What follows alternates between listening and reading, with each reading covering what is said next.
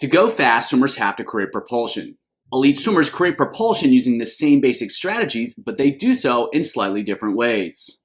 Let's take a look at what's the same and what's different in elite freestylers.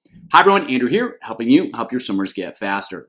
To move forward, swimmers have to move water backward. When it comes to the upper body, they do so by positioning as much of their arm so that it faces backwards, holding that position throughout the stroke, and accelerating through the stroke. They use a big paddle over a big range of motion, and they accelerate throughout that range of motion.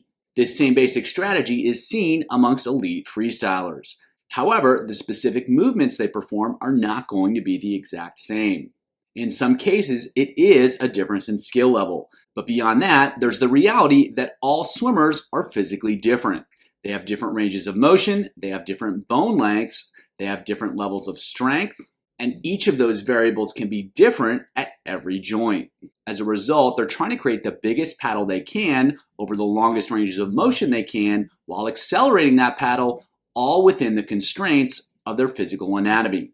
Why does it matter? It's important to be able to understand the general principles and then recognize when swimmers are making adjustments based upon their own physical abilities or if they're simply making mistakes.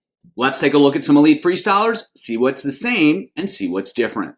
Now we're just going to pay attention to what the arms are doing here. So if we watch, let's see what both swimmers do really well. So when they execute their pull, we've got both arms out in front. They're going to set things up so that as much of the surface area of the arm is facing backwards, and then from that position, they're moving the arm backward. So if we watch the swimmer on the right here, everything's straight out in front. He gets the fingertips pointing down. Now the forearm is facing backwards. It's happening early in the stroke, and he's pulling straight back from there. And that allows him to move his body forward. Big paddle over a big range of motion. If we watch on the left, we're going to see that same basic thing. The swimmer is now setting up the stroke. The lower arm is now facing backwards, and then he's pulling backwards from that position. Now, if we just pay attention to those two arm pulls there, two differences we can see right away is that the swimmer on the left, they have their hand angled out slightly, whereas the swimmer on the right actually has their hand angled in slightly. And if we watch their pull itself, the swimmer on the left is going to slide out a little bit. They're going to have a little bit more of a wider pull. You can see the space there under the body, whereas the swimmer on the right is going to pull more underneath the body. So even though the basic principles are the same, both swimmers are getting their arms facing backwards and then pulling backwards. The specific paths, the specific movements are going to be slightly different. And it's not necessarily obvious whether one is a mistake or not. Again, in both cases, the swimmers are executing those fundamental principles and they're doing so in slightly different ways. Now, if we take a look at the left arm here, again, the swimmer on the left, they've got a little bit more of an outward pitch. The swimmer on the right, they also have a little bit of an outward pitch, definitely more than they had on the right side, but not as significant as the swimmer on the left. And then if we watch the pulls here, we're going to see both swimmers are actually pretty wide here, wide of the body, especially the swimmer on the right, significantly wider than they were on the left.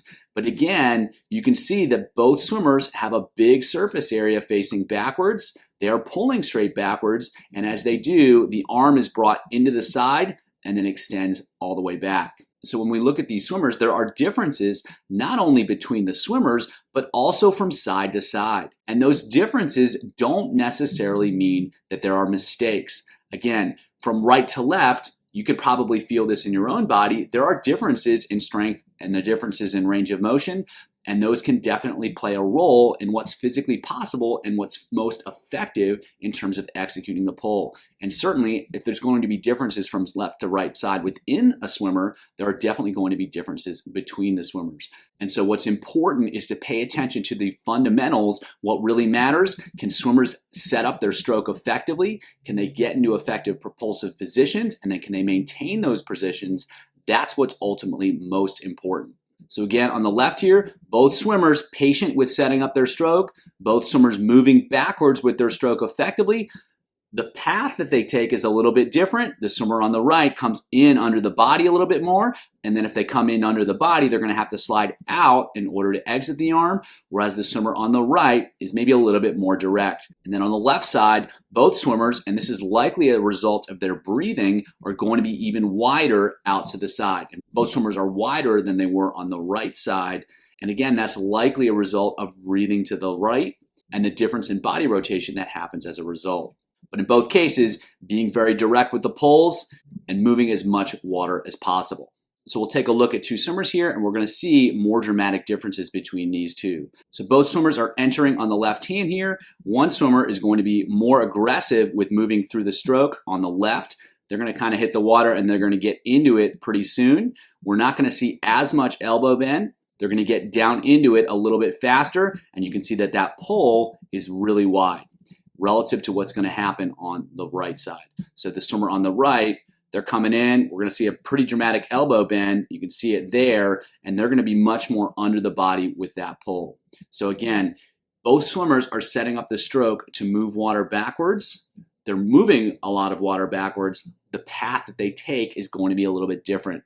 Swimmer on the left is a little bit straighter and then a little bit wider out to the side, and they end up coming back to the body.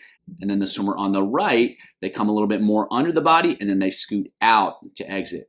Now, if we watch on the left arm here, we can see the swimmer on the left. Right there, you can see that they do a great job of positioning the arm backwards. And then from there, they pull backwards and a little bit wider again. Maybe not quite as wide as they were on the left side, but still wide outside the body. And then if we look at the swimmer on the right, we're going to see that same big elbow bend, a little bit more under the body. You can see the size of the bend there, and then again, sliding out towards the back of it. We'll go through that one more time. They're a little bit more in sync here. Again, you can see wider out on the left side, a little bit more under the body on the right side. And then on the left arm, more of a bend with the swimmer on the right side, getting a little bit more under the body, a little bit wider on the right side.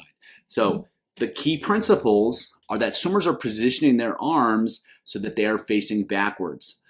That's the most important thing to look for when watching swimmers. And then how well do they maintain that position throughout the entire stroke cycle?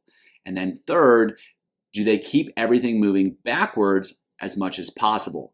Those are going to be the key things that determine how much water swimmers move with each stroke cycle. The other aspect of it is how effectively can they accelerate through the stroke, which allows them to move a lot of water quickly.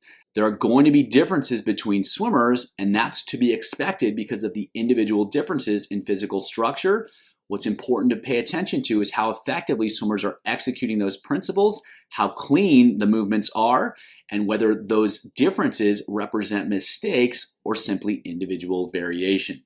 What we're looking for is effective pulling positions and then direct pulling actions, and that is going to lead to the most speed. For more on how to develop an effective pull, check out the video below.